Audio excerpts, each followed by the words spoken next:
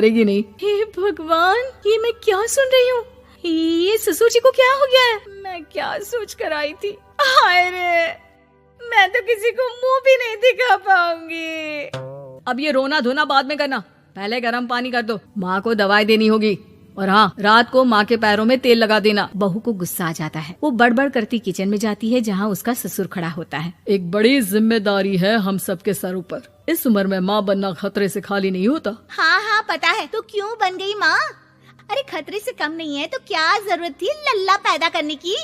कैसी बात कर रही हो बहू? क्या तुम खुश नहीं कि घर में एक नया मेहमान आएगा, छोटे छोटे पैरों से पूरे घर में घूमेगा? पिताजी, ये हाथ जोड़े आपके, आप यहाँ से जाओ।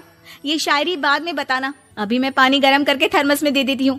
सारा दिन पिलाते रहो गरम पानी। और हाँ, ये बच्ची की बात बार बार मुझसे कोई नहीं करेगा। बहू का पारा अब चढ़ा ही रहता था। वो काम तो सारा करती, लेकिन किलस किलस कर। मीरा सारे काम से फुर्सत पाकर बैठी होती है कि माँ का फोन आ जाता है। बेटा, बहुत बड़ी जिम्मेदारी है तेरे सर पर, अच्छे से निभाना। ससुराल में हर किसी को खुश रखना वैसे तो मुश्किल है, लेकिन भगवान ही हिम्मत देता है बहू को हर कुछ सहकर सबको खुश रखने की। क्या बड़बड़ किए जा रही हो माँ?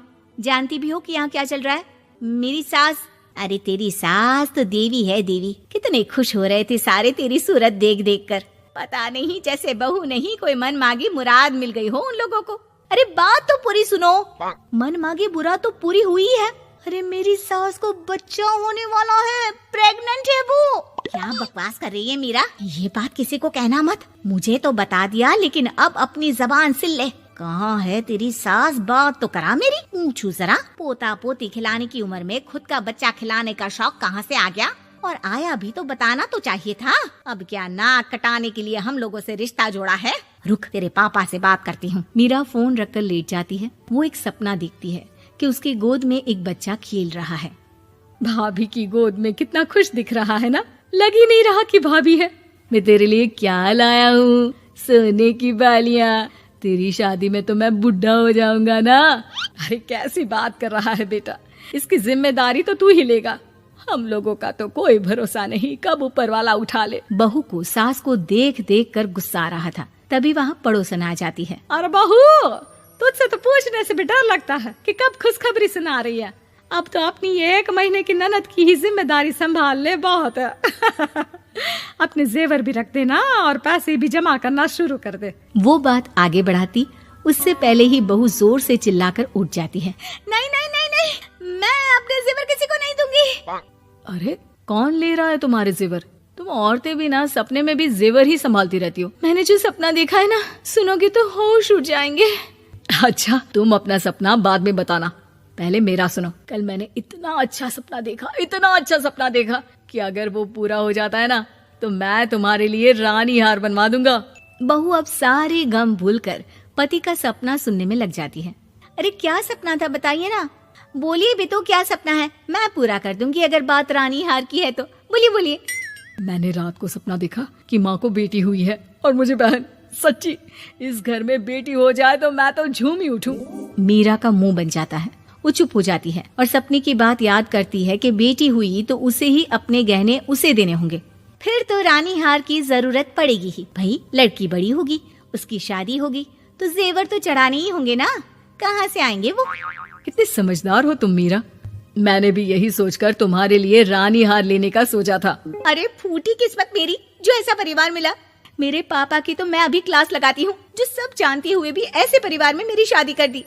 बहू पिता को फोन लगाने ही वाली होती है कि ससुर की फिर से आवाज आती है। बहू, गरम पानी ले आ जल्दी, थर्मस में खत्म हो गया है। बाद में खबर लेती हूँ मैं पापा की, पहले सास को गरम पानी दिया हूँ।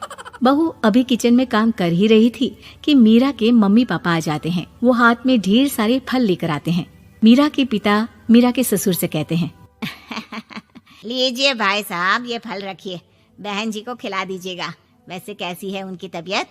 बस पता तो है आपको, ऐसे वक्त में जो होता है बस वही सब। मुझे तो सुनकर बहुत गुस्सा आया था, लेकिन चलिए, भाग्य में जो है लिखा उसे कौन टाल सकता है। डॉक्टर को दिखाए? हाँ, बस डॉक्टर आने ही वाला है। अच्छा हुआ आप लोग भी आ गए। उतने में एक सुंदर सी लेडी डॉक्टर आती है। पेशेंट कौन है? आप? अरे नहीं जी, मैं तो बहू हूँ इस घर की। मैं तो अभी सोच भी नहीं सकती पोता या पोती के बारे में। अभी तो मेरी सास ही। अरे चुप हो जाना, देख तो ले, डॉक्टर है ये, किसी के भी सामने गुस्सा फोड़ देती है। डॉक्टर कमरे में जाती है और थोड़ी देर बाद बाहर आ जाती है। पीछे से सास भी निकल आती है। हे भगवान, इतना दुख तो किसी को भी ना दे जितना मुझे दिया है। देखिए बहन जी, आप लोगों को तो ये सोचना भी नहीं चाहिए था। वही तो मैं भी कह रही थी कि आप लोगों के लिए तो सोचना भी गुनाह है, लेकिन अब पछताए होत क्या जब चिड़िया चुग गई खेत। डॉक्टर वहाँ से चली जाती है। मैं माँ नहीं बन सकती, मैं प्रेग्नेंट भी नहीं हूँ।